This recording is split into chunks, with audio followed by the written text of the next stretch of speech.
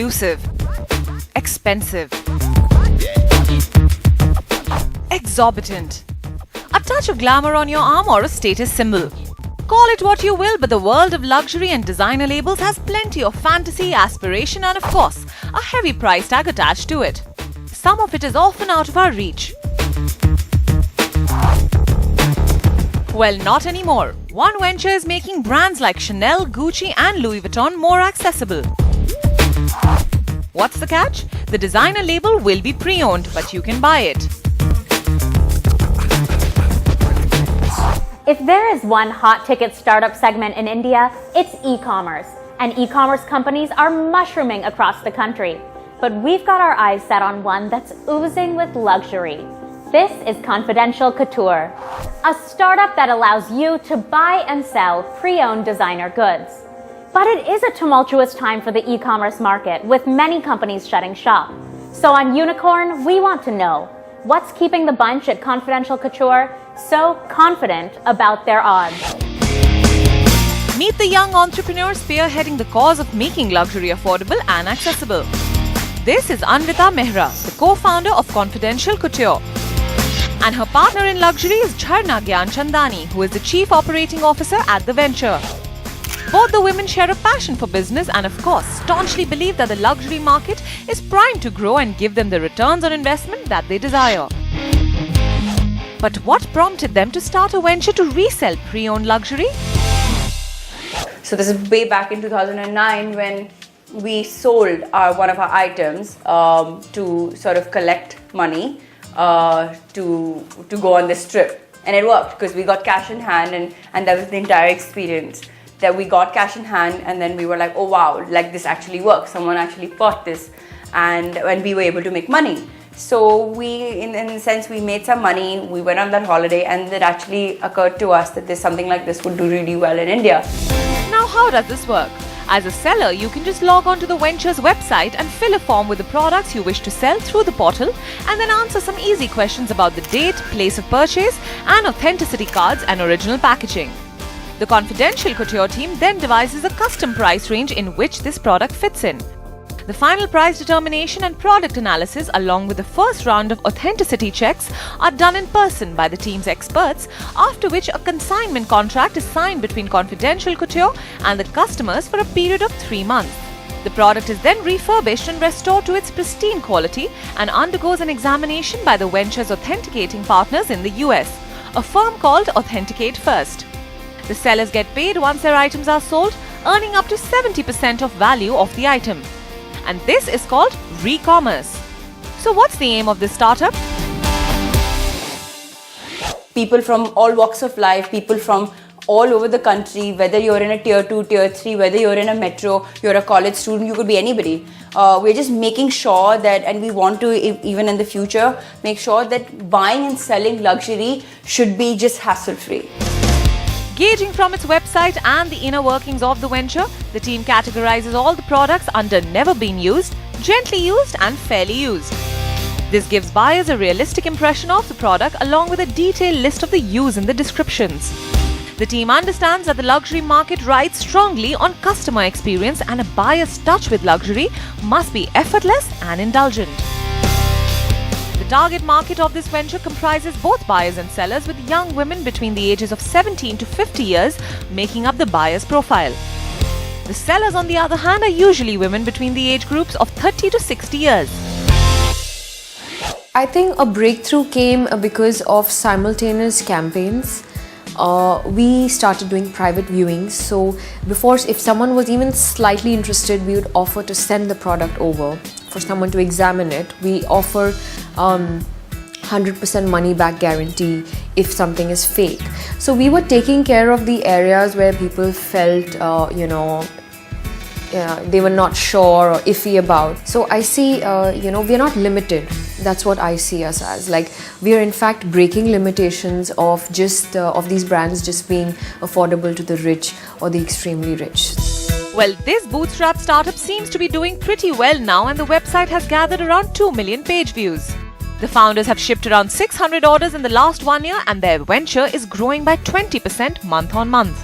But here is what we want to know. What is the scale and scope for a re-commerce startup like Confidential Couture? Does India serve as a lucrative market for the pre-owned luxury segment?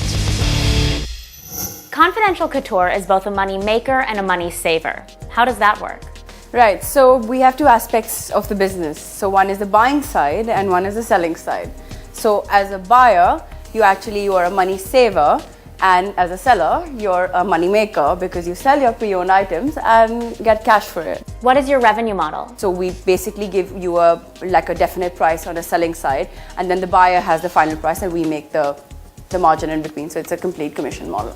Do you think that India is a good market for pre-owned luxury items? I guess awareness, exposure, all of these add to our existing pre-owned segment, because in a sense luxury has become a lot of people understand luxury now, as I would say, so it's obviously a better market for us. What do you think is the scale and scope of this re-commerce market?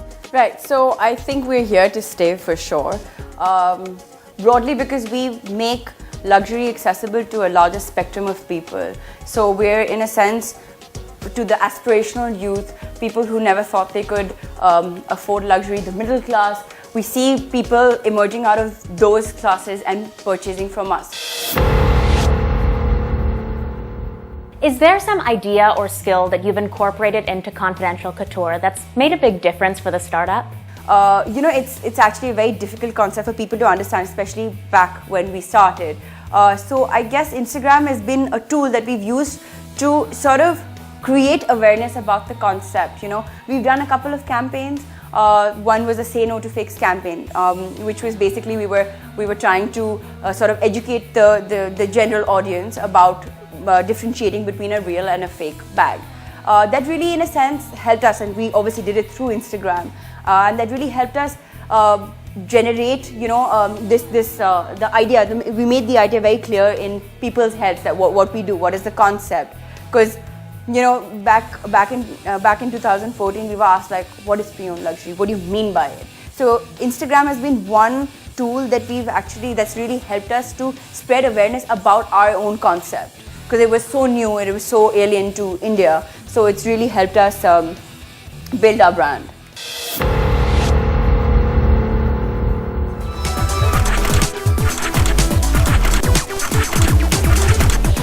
So this Louis Vuitton bag is usually 66,000 rupees, but on Confidential Couture, you can get it for 30,000, which, even if that's still pricey, it's a much more accessible cost.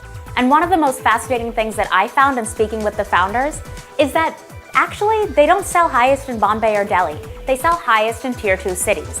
So it's clear that people want designer goods, not just in the cities with showrooms.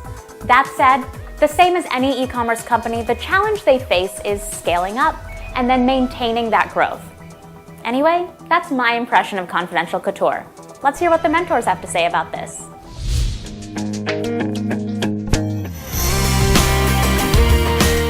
Meet Raman Roy, co-founder of the Indian Angel Network. He's also the chairman and managing director of Quattro Global Services, a leading knowledge process outsourcing company. Raman has a keen eye for startups and does not mince his words. Our second mentor is Vikram Upadhyay, the founding chief mentor at GHV Accelerator. Vikram has been actively associated with Angel Networks through his career and founded GHV Accelerator in 2014. Anyone would like to liquidate the asset. We call that as asset. So it's a dead inventory for me right now, investments. So if someone brings a model where pre-owned products can be done, I'll be more than happy. There are people who won't mind to have it at a discounted price, but then it has to be not a nominal, it has to be a substantial discount going to it. I think one big challenge they will have is the footprint of this. Their model here is to be inserted in the middle. So there are incremental logistic challenges, but if they can be overcome, if you could have some sort of freight and carriage methodology where the luxury products are not harmed, I think the potential is huge. One thing we know is India is a nation with many languages and a huge non-English speaking population. But the startup landscape is populated with startups that haven't yet launched in vernacular languages. That's why today on State of the Startup, we want to know if startups face limited reach because of this language barrier, and if these B2C startups should launch themselves in local languages. Startups in local languages. While this may not be the need of the hour, it sure is an important factor for startups to expand their reach. Players like Snapdeal and InShots have already turned their attention towards this and introduced content in local languages.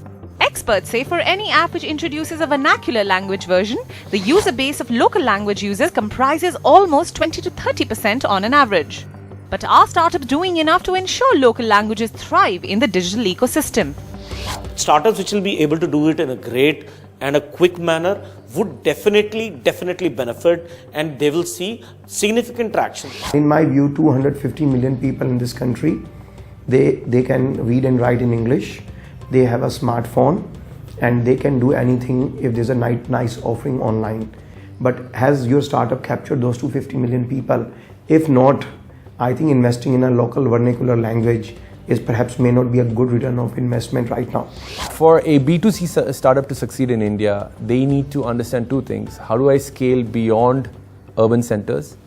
And how do I monetize beyond urban centers? Because both of these are challenges. Scaling, it requires language / many other tweaks on your product to make it feasible for people in tier 2, tier 3 towns to start using your product.